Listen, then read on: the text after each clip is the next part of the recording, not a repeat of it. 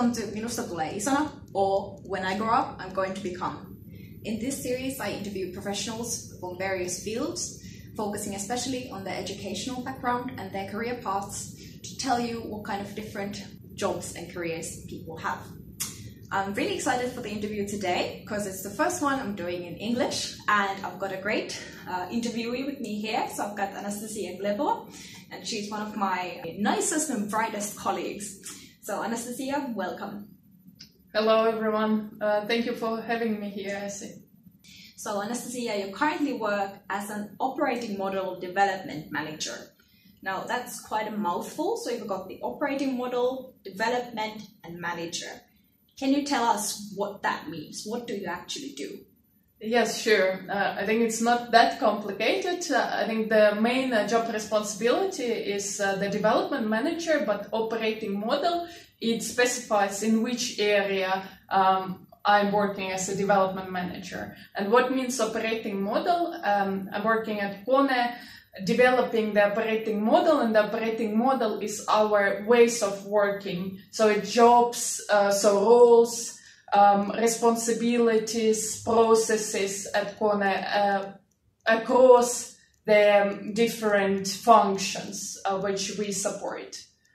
And I'm doing a lot of different kind of projects. For example, now I'm doing intercompany invoicing development project, also process mining projects in different areas, and also supporting with the analytics and resource planning different functions. So there's really a lot to unpack there actually. So basically you get to kind of know the entire company and all the processes that happen in the company. Yeah, that's right. Very interesting. And we work also with different countries and also different functions. So quite a lot to learn. You mentioned different countries. So KONE is known to be a multinational company. So it's a Finnish company, but it operates in about 60 countries at the moment. So the workforce we have is very international. And I think actually congratulations are in order to you. You have recently just gotten your very first Finnish passport.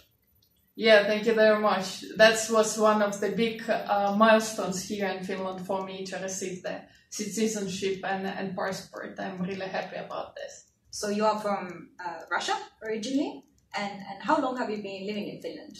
Yeah, I have been living for now around six years, and during this time I think 5 years working at KONE.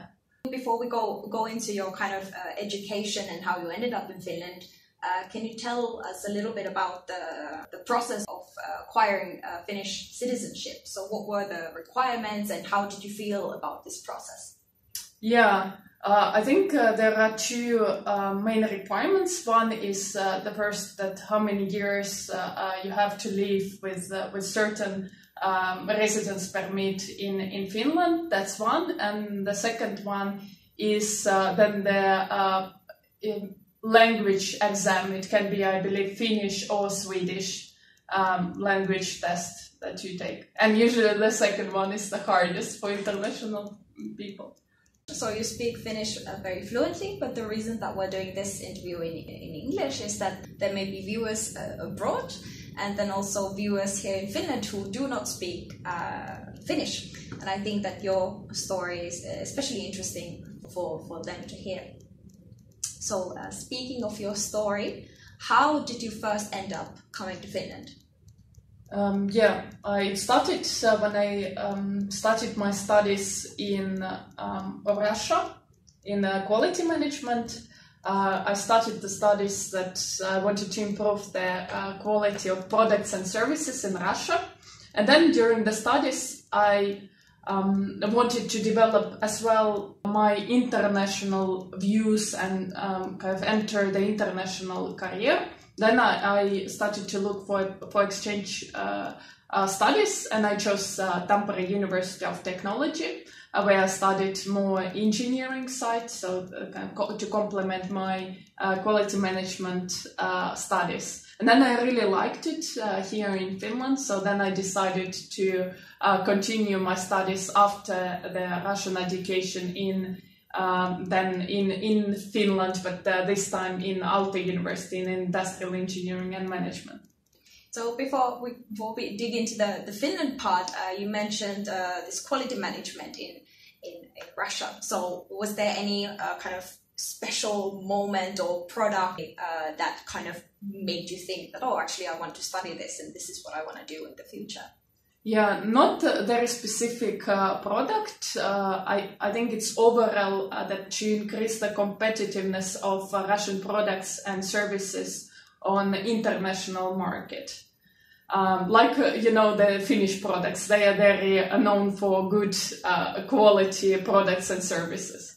Then you came to Finland and Tampere. So what was it about Finland and Tampere University of Technology that drew you to come here?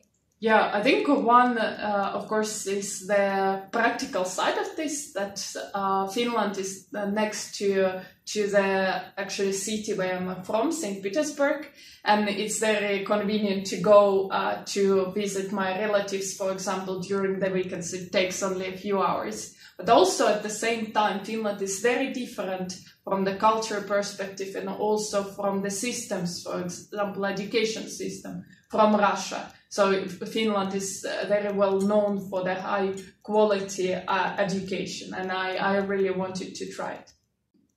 So then you mentioned you had your exchange period here in Finland. You went back to Russia to finish your first degree, and then you came to Aalto University to study industrial engineering, or tuotantotalous in Finnish.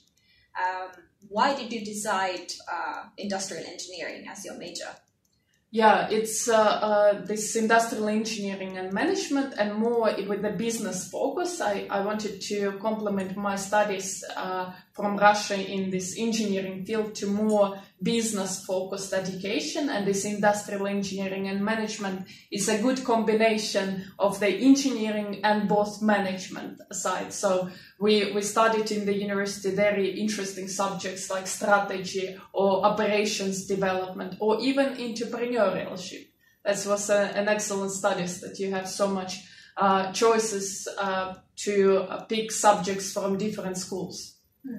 So if you compare university in Russia to university in Finland, what do you see are the big differences or maybe the big similarities as well? I think about Finland, I much more like the studies here in Finland. The reason is that you have so much freedom to choose from different subjects, and also how you fast or slow you would like to proceed with the studies. You can combine it together with work. And then if, for example, during the studies you figure out that this is not something that you want to build your career in this field, you can also change. And even the university, it's much more flexible. When in Russia, you enter the studies and then you're given the subjects that you have to study and also the schedule. You cannot postpone. If you fail, let's say some exams, you will be just out of the university. And then for the second education, you already have to pay. So you have only one possibility to get the free education. I guess another thing about studying in Finland is that people actually study for quite a few years, because while they're studying, they're also starting to gain work experience. So many people have internships or even already sort of actual jobs towards, especially during their masters and towards graduating and gaining their master's degree. So did you have any work experience in Russia, and how did your career start off in Finland? Yes, I did actually on the later years of my studies. I started to work as a quality manager in one small firm. So I continued to build on my studies and went to exactly the field that I studied in Russia. And actually this helped me a lot here in Finland. When I started to study at Aalto University, I think already after 6 months, I started my first internship at Kone in the quality department, and then since then I have been working at Kone. Was it very smooth transition for you from being a student to starting a job, or did you face any difficulties? I think when I studied in Tampere University of Technology, I actually looked for internship opportunity after the studies, and I sent about 100 applications and didn't get invited even to one interview. Then after I came here to study at Aalto, I already had behind me one higher education and also the work experience. So that really helped a lot to land the first job. And I feel that it's always hard to find your first job, and you have to try, especially in Finland, very different approaches. You have to network with the projects that you are doing at the university, with a lot of events, also sending applications, and once you have a little bit more experience, it will be much easier than to develop your career. I think that's actually a very good experience for many viewers to hear that, you know, you sent out so many applications, and because it's emotionally very draining to actually put so much work and effort into these applications and then not get invited for interviews, and then, you know, you kept doing what you're good at, so you kept studying, you got a job, and then, you know, you came to Finland again and started doing your masters, and now you're here. So I think it's a very encouraging example, not only kind of to foreigners but Finns as well, that, you know, even if you struggle a little bit at the beginning, don't worry about it. There's time, and just keep doing what you're that's good at. right. You have to just continue doing this and believing in yourself that you will find this opportunity.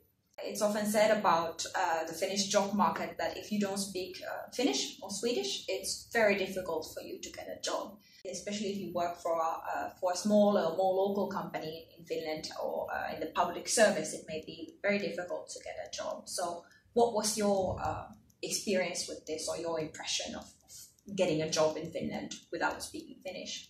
Yeah, I think it's very important indeed for the countries where the native language is not English, that you know their local language. I think it's very normal. At the same time, I think in Finland there are quite a few international companies like Kone, Neste, Wärtsilä that are actually looking, and they would like to get the international talent, because it increases also the competitiveness of the company in the global market. So there are a lot of opportunities for the international talents here in Finland.